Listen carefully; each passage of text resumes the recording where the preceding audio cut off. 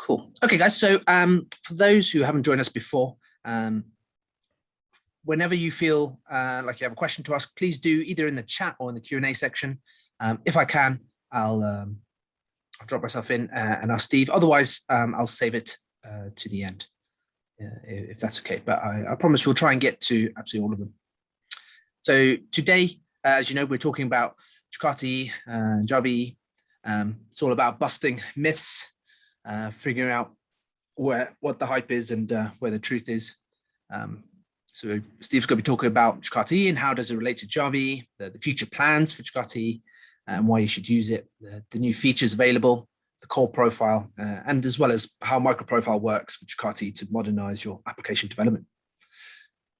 So there's been a lot of talk about how Java EE is outdated, but we don't really think that's true. There's a lot of work going on. So if you're ready, Steve, go for it. Hi, so I'm Steve Millidge. I'm the founder of Payara. And as Jaden said, what we're doing a little series of webinars, short 20, 30-minute talks and some conversation about some of the myths around Java EE. Obviously, Java EE's got a lot of competitors. So there's a lot of myths out there about it. And this series is basically going to look at that. So the first one we're kicking off with, so this is the first one in the series, we're looking at, is Java EE outdated and dead? The rest of the myths and the series that we've got, we're answering these sort of questions. These are the common things that get thrown at Java EE, Jakarta EE. The first is it's dead. It's an old technology and it's dead. So that's the one we're looking at today. Other ones is that application servers, all their big heavy beasts and, fat jars or thin wars or hollow jars, whatever you want to call it, is the way to go. And that's the future. And that's not Java EE. So that webinar will look at that myth and see if it's true. The third one we'll be looking at is Java EE cloud native. Everybody talks about cloud native. No one really says what it means. We get a lot of accusations that Java EE is not cloud native. So again, we will explore that question, dig into the definitions and terms behind it, and see if Java EE is cloud native or not. Then we're looking at Java EE deployment model. People talk about, make jar, not war, and all this sort of thing, and that war files aren't good, or EA files are outdated, and we should be creating fat jars. So again, we'll look at deployment and how that works in the cloud model or a container model, and whether that still has any relevance. And then we turn to microservices. There's claims that Java can't do microservices, or Java EE can't do microservices. So again, we look at that. And then finally, in the series, we'll be looking at, do Java EE standards, do standards matter? And I'll explore that question. So we're doing this one day every week. The graphics, it doesn't suggest that they're on different days, but they're actually all on a Wednesday at the same time, 3 p.m. BST. So we'll be looking at each question in turn. Again, as I said, having 20 minutes or so, then some time for questions. And explore all these myths and whether they're relevant to you today. So let's kick off. We're doing, is Java EE outdated and dead? So that's the question. This is one of the questions that comes up a lot. Everybody makes claims. First, that Java is dead. Java is 25 years old now. I think Java 1.0 was released in 1996. So I think it's 25 years old, and is still going strong, obviously. But it's a question that's always been placed against Java continually. Is Java dead? Should we be doing something else? I'm not going to explore that, but the same question comes up related to Java EE.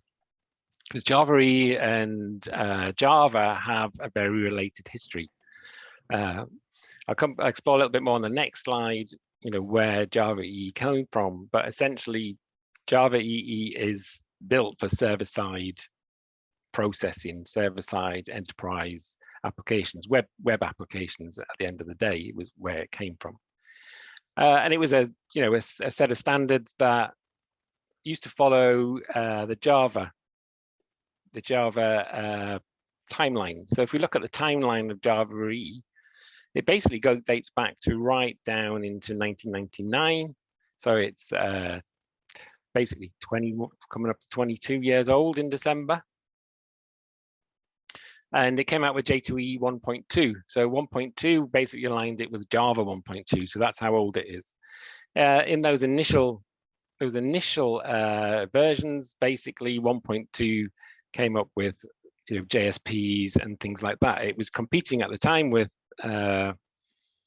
CGI scripts and the way you built applications. In those days, you used to build scripts in Perl, as people might remember, or even in C code, and those applications. So J2EE came along at that point, and what it radically created was, instead of CGI, it created the concept of a server that was persistent, and therefore you could store data and things in memory. That was J2EE 1.2. Obviously, then we basically J2EE linked with roughly with the release schedule of Java, typically maybe 6 to 12 months afterwards. Then J2EE would come out, or Java EE would come out with the same version number as the underlying JK. If you look at the cadence, first couple of years, it was a couple of years between, sorry, first couple of releases, it was a couple of years between releases. And then it started getting a little bit longer. So between 1.4 and 5, there was 3 years, and as we get into 7 and 8, it was starting to become 4 years. Then we turn into Jakarta EE. I won't talk about that on this slide because I have one, a few minutes later in the presentation. So I'll discuss that transition later in the presentation. But one of the key things to notice is when J2EE turned into Java EE 5, because many of the things that people talk about they hate about J2EE, actually they tend to be talking about things that happened before Java 5. Now, Java EE 5, sorry, came out in 2006. So many of the accusations still laid against Java EE, Jakarta EE, basically refer to stuff that is 15 years old. So things like, oh, it's all deployment descriptors, it's all XML, it's entity beans, things like that. All of those went in 2006. Java EE 5 was a massive modernization of the API to use predominantly annotations to completely get rid of the old EJB model and entity bean model and bring in JPA and those sort of capabilities. So there was a massive modernization 15 years ago. And then after that, basically Java EE was released, adding new capabilities for new platforms. So if we take, for example, Java EE 7, that brought in WebSockets, that brought in JSON processing, it brought in sort of new web technologies that had arisen at that point in time. And if you go into 8, which came out in 2017, that brought in Servlet 4, which supported HTTP push and new capabilities that that had arisen, sorry, in that time frame. And that also brought in JSON binding, JSON processing, and because JSON had risen in popularity. So Java EE has always been tracking the standards that and the technologies that are happening now. There was a bit of a hiatus as we came into Jakarta EE, which I'll talk about a bit later, or perceived hiatus. And but if we look at if Jakarta EE is going to be looking to ship 10 maybe this year or early next, then actually Jakarta EE 10 would only still be then 4 years after EE 8, which is pretty typical for the cadence that Java EE had got to as a standard before all this transition. So when we're talking about this, we're talking about the platform. So this is the full platform, but Java EE is more than a platform, it's a set of specifications. And those specifications are actually foundation technology for a lot of the other server-side frameworks that may be seen as cooler or faster or better than Java EE. The reality is, because Java EE and Jakarta EE has been a standards body, which generates specifications appropriate for enterprise applications, server-side applications, then Java EE is used by all these technologies. Obviously, there's application servers. They tend to be very tied to the Java EE full specification, the full platform, as it was shown on the previous slide. But then other technologies like Tomcat is obviously super popular. It is an application server effectively, but it's just a servlet container. So it supports a limited number of what are Java EE specifications. Other technology, other sort of microservices frameworks, if you like, called like DropWizard, which is a few years old now, but still going on. That's based on Jersey and Hibernate and things, which are all implementations of Java EE specifications.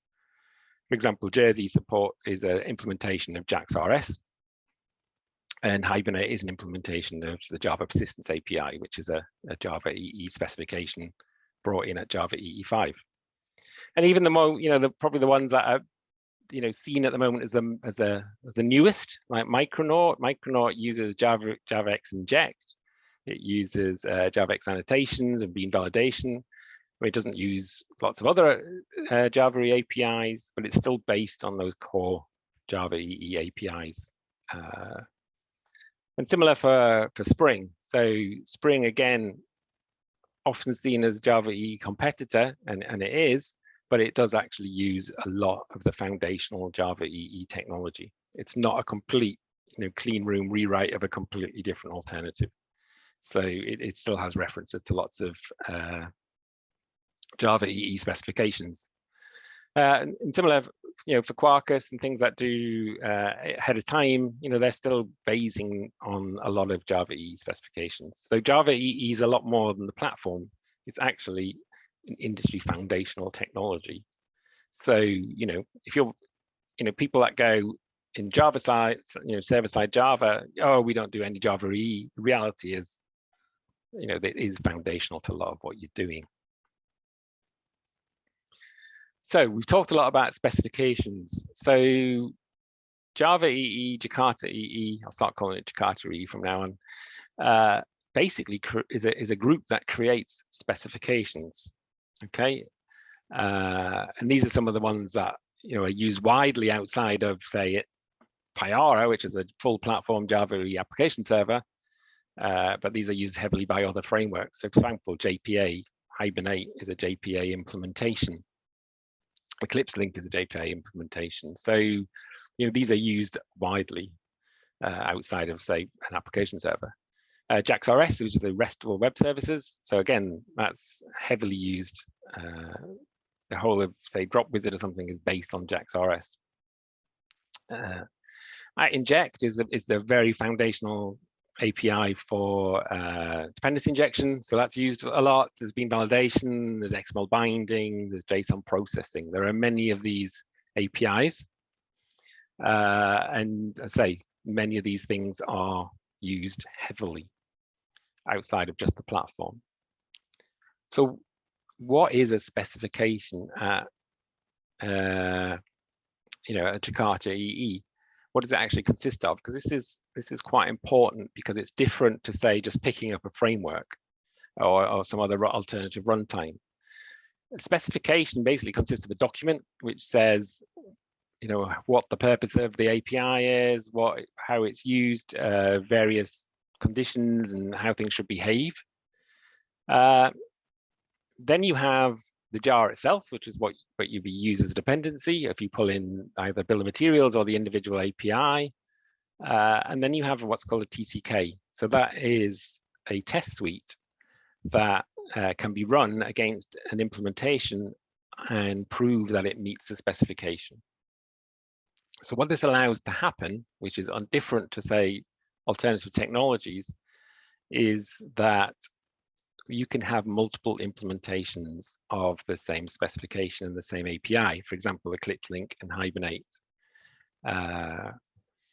So, or when they get to the full platform, Payara or JBoss. So, and all a platform is, or a profile, or whatever you want to call it, is basically a specification that sweeps up lots of other specifications within it. So all Java EE full profile or the Java EE platform is just a set of all these specifications and some other requirements on how they work together, and a TCK to prove that you can implement that and that your product meets that specification. So that gives us choice. That gives innovation and competition. So as we've seen, there's a lot of breadth into what is using Java EE.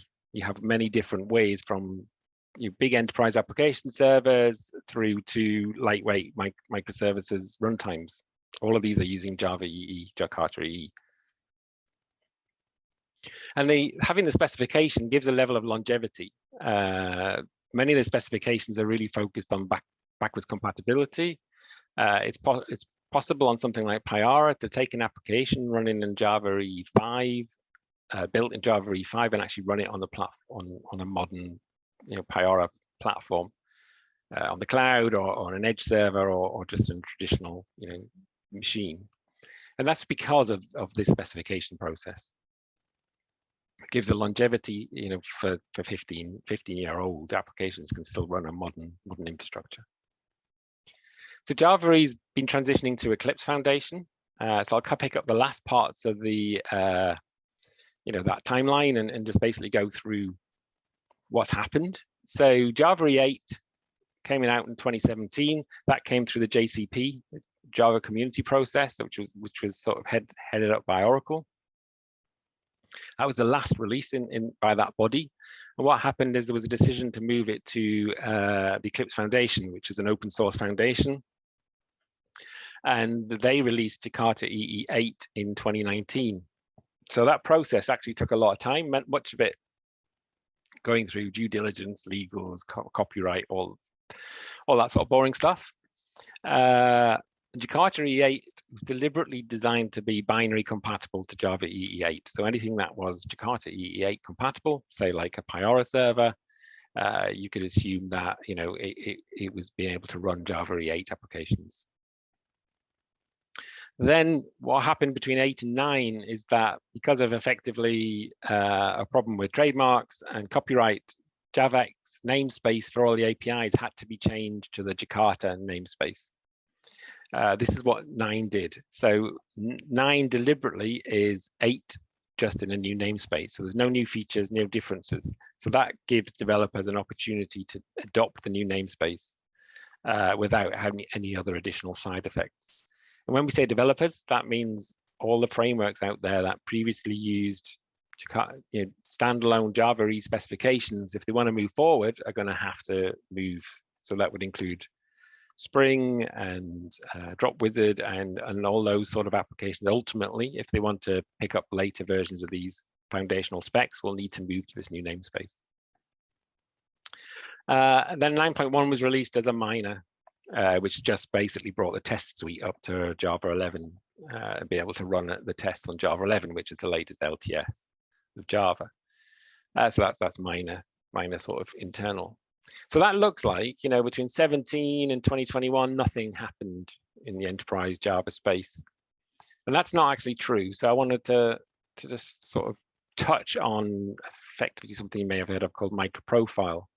So what happened during all that transition, many of the people who build Java EE application servers like ourselves, Red Hat, Tommy Tribe, and IBM, so they got together and said, okay, there's going to be this transition period. We can't do any innovation during that transition period in these specifications. But we do need to address what's happening in the industry. So in that industry was a move towards microservices architectures. So the same people got together and kicked off MicroProfile. And if you look at the dates when it started, it was in that sort of Java EE8 transition phase. And since then, that's shipped a lot of APIs that are very related to the specific microservices use case. So it's foundational, it's based on Java EE API foundations, so CDI, JSON-P, JAX-RS, and JSON binding, JSON-B, and then it's built on top Open Tracy and Open API config. So I'm not going to go into what all these do. There's plenty other presentations on that, but what I wanted to show was that we've not been stood still in the enterprise Java camp since Jakarta Java EE8, which is again some of the accusation that gets thrown is that it's dead or it's not moving forward because there's been no new APIs or new specifications since Java EE8, but that's not strictly true. And that's because these are the MicroProfile current implementations taken from the MicroProfile presentation, and you can see that many of the application servers, so to speak, you would think of as traditional Java EE, support these APIs. So from our side, Payara, Payara Micro, Payara Server support all MicroProfile on top of Java EE. So we have building new capabilities for developers to build new applications. But MicroProfile's also allowed a bit of innovation in runtimes. So it's also allowed things like Quarkus or Thorntail or Cumulus or Helidon, all of which are a slightly different model for building enterprise applications. So these same APIs can be used within application servers through different runtimes. So why do we move to the Eclipse Foundation? And this is a big thing, really. I know developers not into governance and all these sort of strange things, but from an enterprise perspective and from organizational perspective, this is a really big deal because what's the key piece that's happened in moving to Eclipse Foundation is that everything is now open source. So the APIs are open source, the TCKs are open source, which means that anybody can build an implementation without having to pay money to other people. Obviously, they have to pay money to build implementation. We have also, so basically open source for everything is a big deal. The specs open source, the TCK, the API, it's all open source. So you can use that and build your own implementation. So that should drive more industry innovation as we compete on implementations. There's an open governance. Now it's running Eclipse Foundation, which is a not-for-profit foundation who know how to build open source, obviously, as people will know. So that allows us to, sit at the table with rules and collaborate with other industry players as a group. And anybody can join. You get, because it's a specification and a standard, you get patent protection if you create an implementation. There's very simple licensing, it's open source. And because Eclipse Foundation is like an independent referee between different players, then there's that independent stewardship as well. And this model, I say, allows multiple independent implementations to be created. So rather than innovating on APIs, where as an end user who building an application, you probably don't want massive innovation on your API level, because that means you're going to have to change your application every time new versions come out. What you do want is solid backward compatibility, but it means we can compete as vendors like Payara on how the implementation works. So you get the whole range of different types of implementations for different models and different deployments. So that is one of the massive advantages of moving all this into the Eclipse Foundation. It's one of the great advantages of Java EE and Jakarta EE as is now. The flip side is that sometimes the APIs will move a little slower because of backwards compatibility and because we have a collaborative workspace, and collaboration is obviously always slower than a benevolent dictator like you may get on a framework. But the other difference is they know that through open governance that this is there has longevity associated with it, as you can see from the 20-year timeline. It's actually a huge industry achievement to move the whole of this body of work into the Eclipse Foundation. That, as I said, it's taken 2 or 3 years to do all that work, but it's done, and it's, as I say, it's a foundation for the whole industry. So it's a huge achievement, and hats off to Eclipse Foundation and everybody's been involved to actually move that through.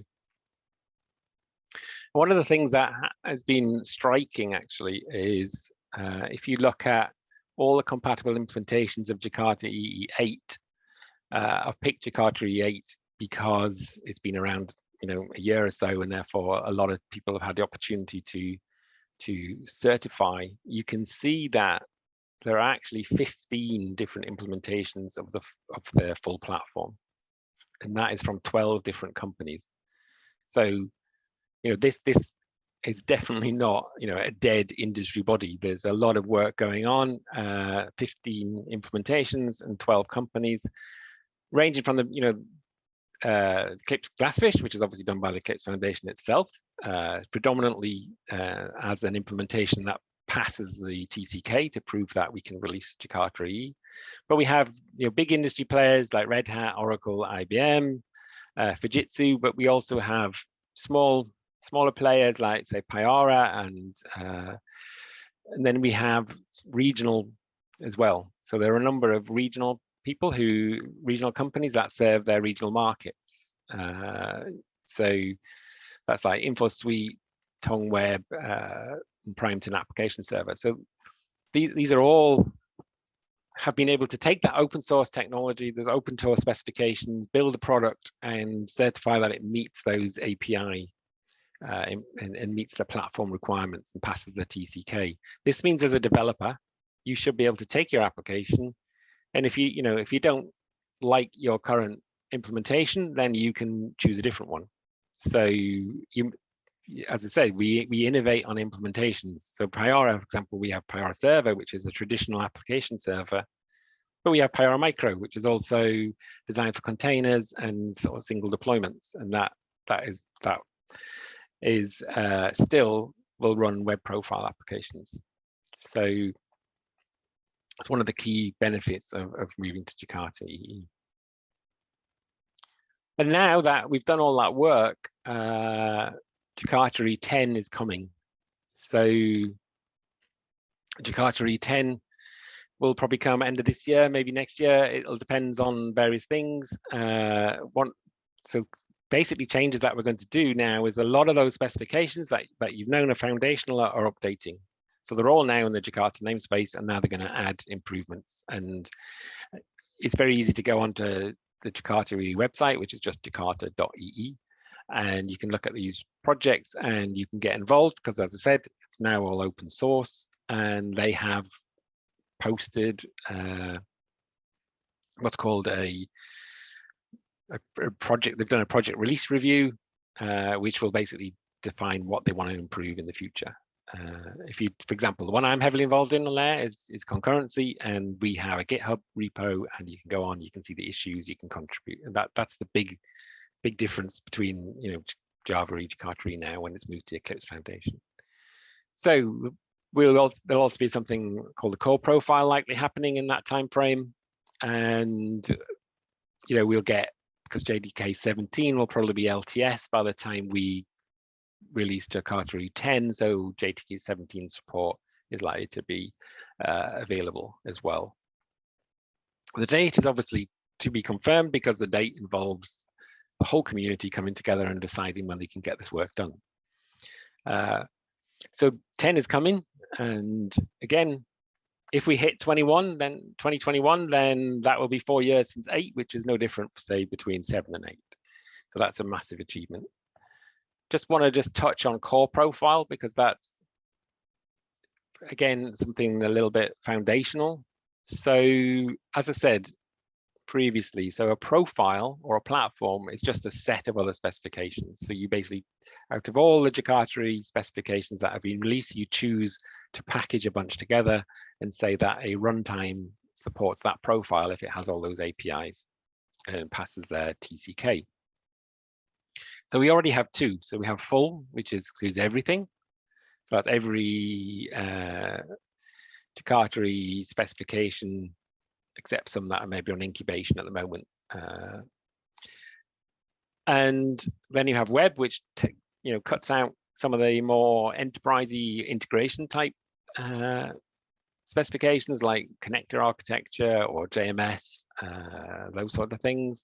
And then core. Core is a new one that will be very much targeted on very small, purely microservices oriented applications. So the idea for that is it could also potentially support build time deployment, which I'll come to in a different webinar. But effectively, you'd be able to take your application and your application server, and when you build your application, you can do a lot of the wiring that would normally happen in a traditional deployment. So core will probably be very similar to what current MicroProfile is. It will have a new version of CDI called CDI Lite, which will move some of the more problematic parts of CDI for build time weaving. We'll have updated JAX-RS beam validation and possibly some others from the Jakarta EE family. So I just want to reiterate, Jakarta EE will be a foundational technology for a lot of the enterprise frameworks out there. It is something, even if you think you don't use Java EE, Jakarta EE application servers, then it's still something that's going to affect you as a developer. It's moving forward, it's evolving, there's a big namespace change looming. So you still need to know about Jakarta EE. It's definitely not dead. And just to finally, basically Java EE has now become Jakarta EE. So yes, Java EE is effectively frozen at Java EE 8. I won't say it's dead because people use it, and it's, as I say, it's still supported and will be for many years. But Jakarta EE is the new name. So get involved. It's moving forward, and it will be the foundation for enterprise Java for the next 10 years. So thank you. Any questions have we got, Jaden? No. No questions yet. Guys, do feel free now. We've got a few minutes. If you've got any burning questions, please put them in the chat or in the Q&A section, and Steve can answer them. But otherwise, thank you very much for joining us. We are recording this, so we will put it up on our YouTube channel as well. Just watch out for our socials when we announce it. Yeah, and let's go. Next week we've got another presentation on our application servers, heavy and slow. So we'll investigate that question: what is heavy, what is slow, what is an application server? So we'll start pulling apart the myth, and again in a quick presentation, take a look at that and where the state of the art is now in runtimes for Java EE and Jakarta EE. If you've registered for this session, then you probably would have seen the other ones as well, but I'm just putting the link to the descriptions of each of the sessions in the chat, so you can check them out and you can register for as many or as little as you want. We got a couple of questions. Yeah, I can see here. Okay, Dirk Steinkamp. Yeah. Do you know of any intentions to backport the new Jakarta namespace to the old Javax namespace to make old libraries deployable in JEE 9+? Not in the way it's framed, but I'll just discuss what we're doing. As I said, one of the key things about Java EE in its history is backwards compatibility. And being able to take old applications and running on new runtimes. So for example, in Payara, you could take an old 5 application, probably run it on MicroProfile in Docker, all integrated, with Kubernetes or something like that in an image. So what's happening with the Payara team is that because Java EE has a managed runtime and you take your application and deploy it, is that in our series of application servers, we actually work out what namespace you're in and will transform that namespace on the fly. So for example, Payara 5 currently is a application server that is Jakarta EE 8 compatible. It's in the JAVX namespace, but you can deploy applications in the Jakarta namespace into it, because what we do is during the deployment process, we detect that and we transform them back into the old namespace, and the application should run fine. When we go into our 6 series, which will probably be Jakarta namespace based, then we'll do the opposite. So you'll be able to take something in the JAVX namespace, transform it into the Jakarta namespace automatically on deployment, or we may provide utilities to do it statically, and then run it. So again, the Java EE model of separating your application from the runtime means that we can do things like that to ease any pain of migration. So, can't hear you, Jaden. I know. Amateur. I didn't say the classic words. Just another question on the same topic, so I'll address this one first. Yep. Will the JavaX namespace migration break compatibility, i.e. make older apps unable to run on current servers, or will there be some parallel support or maybe even bytecode manipulation? Yeah, so as I said, that's our job that's what the runtimes vendor's job is to do, is to help that. So from a Payara perspective, we will transform. So we will hope and aim that a Java EE 8 application will run on a Java EE 9 application server. Whether it's possible to mix maybe Java EE 9 with JavaX, I'm not sure. That's something we can look at because it's not completely completed. But that's the benefit of a runtime, is that we can do that sort of manipulation. We do bytecode manipulation to transform now. So we can look at various different application structures. And that comes into the other question as well, which is what is the estimated time to support Jakarta EE 9 in Payara? Well, Payara 5 already supports Jakarta EE 9 application deployment, even though it is a Jakarta EE 8 compatible application server, because what it does is it detects that you're using the Jakarta namespace and transforms it on deployment and will support your Jakarta EE 9 application. Payara 5 can't be a Jakarta EE 9 compatible with a stamp because some of the tests check string compares of class names, so that ain't going to work. But in all intents and purposes, it will run a Jakarta EE 9 application. Okay, brilliant. I think you might have already just answered this follow-up question from Dirk. Just to make sure, I'll reframe my question. Does that mean that it will be possible to use JE 9+ features while having dependencies on libraries that still rely on the old JavaX namespace?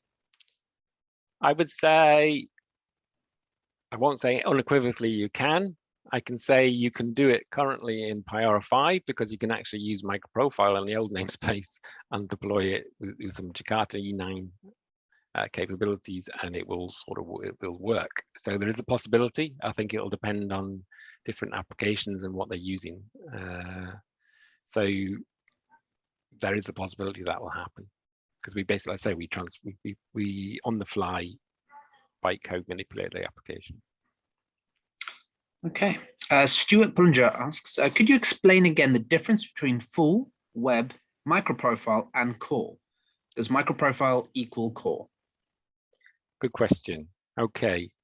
So full and web are simple. Full profile has been around, since the beginning of Java EE. That's every Java EE specification.